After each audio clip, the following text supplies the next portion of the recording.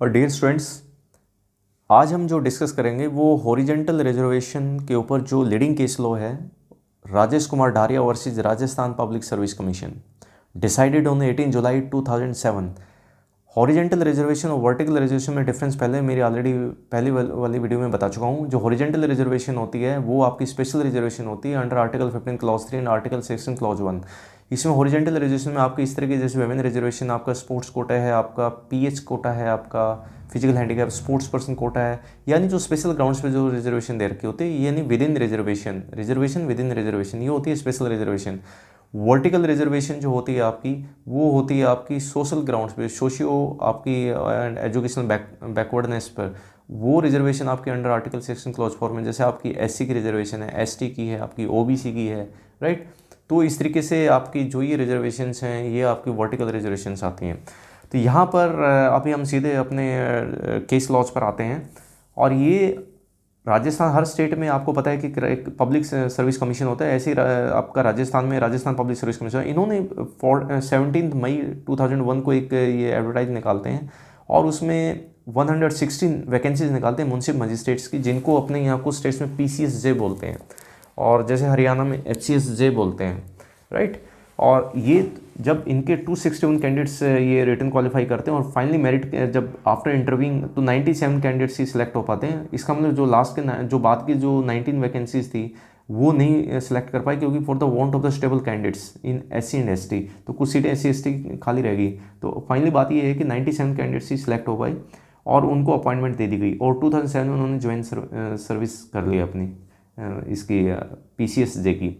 फिर जो candidate select नहीं हुए और जिनको लगा कि RPSC ने जो ये हॉरिजेंटल रिजर्वेशन थी विमेन की वो गलत लगाई है, तो they went to the Rajasthan high court. लेकिन राजस्थान हाई कोर्ट ने अपील्ड किया जो राजस्थान पब्लिक सर्विस कमीशन का जो मेरिट लिस्ट थी उसी को, और वो फाइनली एग्रीड होके जाते हैं सुप्रीम कोर्ट में। और सुप्रीम कोर्ट में 2 OBC कैंडिडेट जाते हैं, राजेश कुमार ढारिया एंड मोहनलाल सोनी, और 5 जो हैं वो अनरिजर्व कैटेगरी कैंडिडेट जाते हैं। तो ये 7 कैंडिडेट्स जो कोर्ट में जाते हैं इनकी पिटीशन क्लब कर दी जाती है। और ये किस ग्राउंड पे जाते हैं, क्योंकि जो राजस्थान का जो रूल है, इसका राजस्थान जुडिशल सर्विस रूल 1955 का रूल 9 क्लॉज 3, उसमें साफ साफ लिखा है कि reservation for the women candidates shall be 20% category wise in direct recruitment, right. तो इस तरीके से उनका 20% उनको हॉरिजेंटल रिजर्वेशन दी गई थी। अब ये RPSC ने इसको गलत लगाया जो उन्होंने क्लेम किया, और जो प्रिंसिपल ऑफ हॉरिजेंटल रिजर्वेशन है वो इन्होंने गलत लगाया, और जो विमेन को 20% कोटा था उससे एक्चुअली ज़्यादा विमेन को इन्होंने इस लिस्ट में डाल दिया। तो इसी पे इन्होंने चैलेंज किया। तो फाइनली हम सीधा आते हैं कि क्योंकि इसमें जो एपेलेंट थे वो OBC प्लस UR कैटेगरी के थे, तो इसलिए मैं OBC को ही लेता हूँ सबसे पहले। OBC जो सीट्स थी इस एडवर्टाइजमेंट के हिसाब से वो थी 24 पोस्ट, यानी 116 में से 24 जो 24 पोस्टें थी वो OBC के लिए थी। RPSC क्या करती है, RPSC ने क्या किया कि 19 कैंडिडेट्स की लिस्ट लगाई, जिसमें से 3 वुमेन ऑलरेडी पहले आ गई। फिर उन्होंने क्या किया कि 5 फीमेल्स और ऐड कर दे, यानी वो जो आपका देखिए, आपको हॉरिजेंटल रिजर्वेशन मतलब तो ये पता ही है कि जो वर्टिकल ब्लॉक है वो यानी 24 पोस्टें भरनी है OBC की, तो 24 से ज़्यादा तो जा नहीं सकते। तो 24 के अंदर ही आपको ये इंश्योर करना है कि जितना 20% ऑफ दैट, यानी 24 पोस्ट का OBC का 24 जो है वो फीमेल आना ही आना है, 20% ऑफ 24। तो यहाँ पर ये जो बैठता है, अगर आप इसको निकालेंगे 24 का 20%, तो वो आता है 4.8 यानी 5 सीट्स। तो अब इन्होंने क्या किया कि पहले 19 जो इन्होंने लिस्ट लगाई कंबाइंड मेरिट लिस्ट OBC की 19, उसमें बाय डिफ़ॉल्ट क्या है कि आपकी जो 3 वुमेन कैंडिडेट्स वैसे ही आ गई। फिर इन्होंने क्या किया कि 5 कैंडिडेट जो इन्होंने वुमेन लगा दी वो 5 और अलग से लगा ली, यानी 19 + 5 24 कैंडिडेट्स। पर इसमें जो वुमेन कैंडिडेट सेलेक्ट हो गए 8।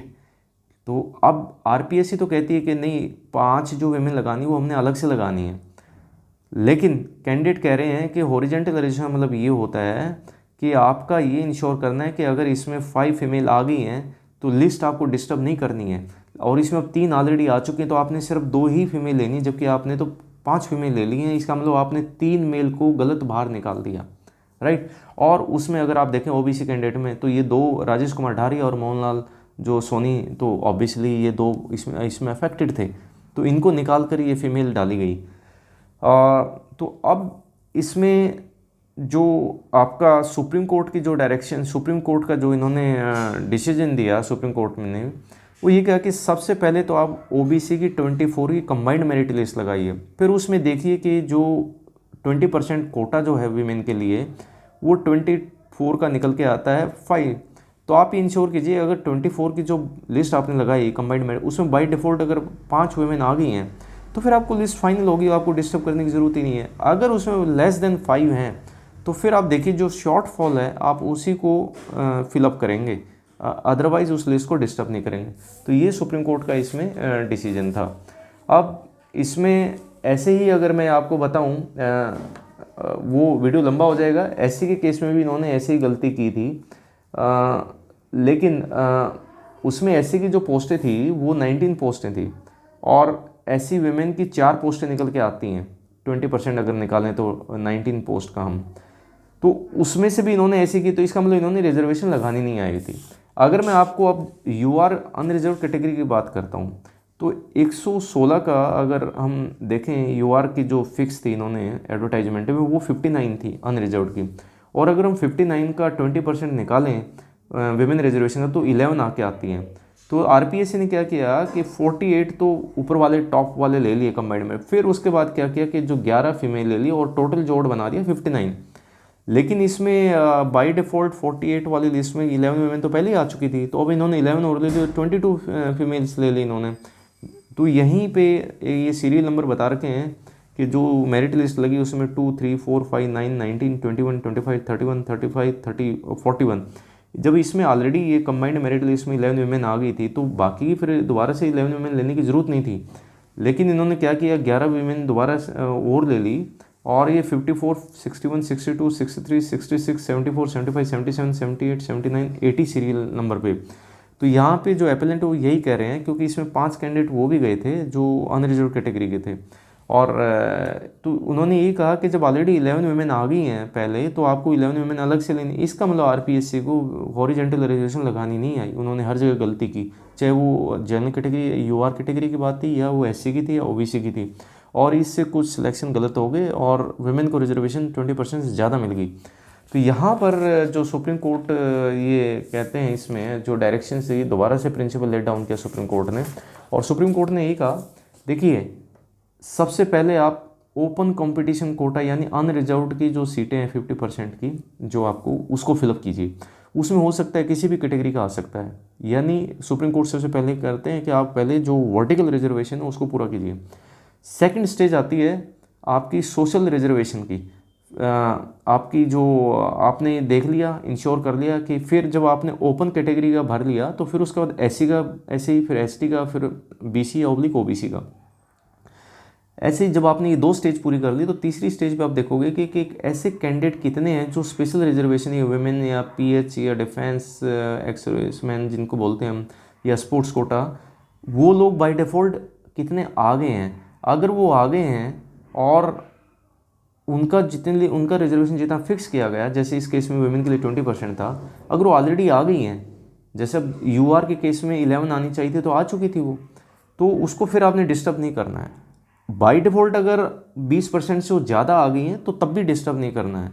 हॉरिजॉन्टल रिजर्वेशन मतलब ये है कि कम से कम इतना ज़रूर हो जितना उनको कोटा दिया गया है, अगर वो आ गई हैं तो ठीक है।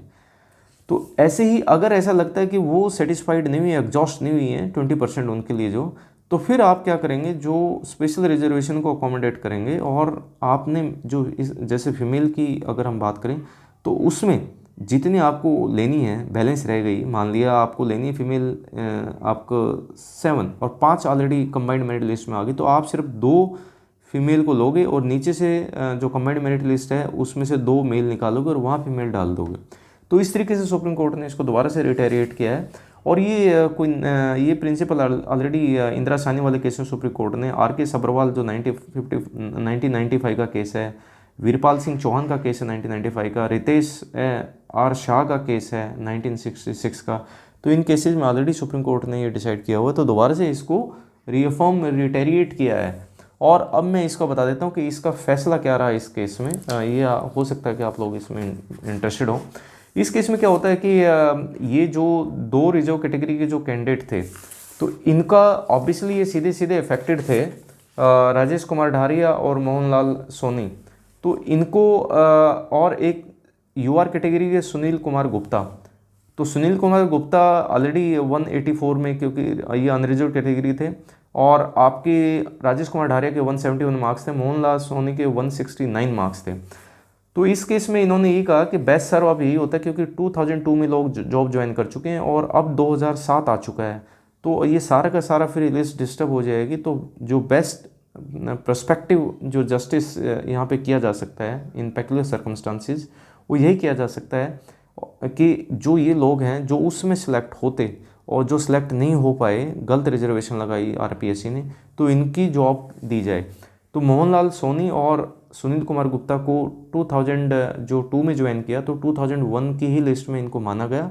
और लेकिन उनको उस समय का, क्योंकि उन्होंने एक्चुअल जॉब तो आप स्टार्ट करेंगे 2007 के बाद, तो उनको वहाँ से आपका जो है सीनियरिटी में डाला जाएगा।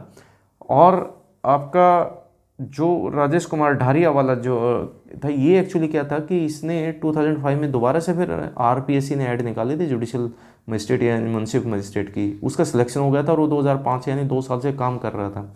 तो ऐसे में फिर क्या किया कि उसको 2001 वाली लिस्ट में सबसे नीचे माना गया, क्योंकि उसके जो मार्क्स के हिसाब से ओबीसी लिस्ट में, और फिर उसको जो है उसका जो पीरियड था उसको काउंट किया जाएगा for promotion and pensionary benefit के लिए।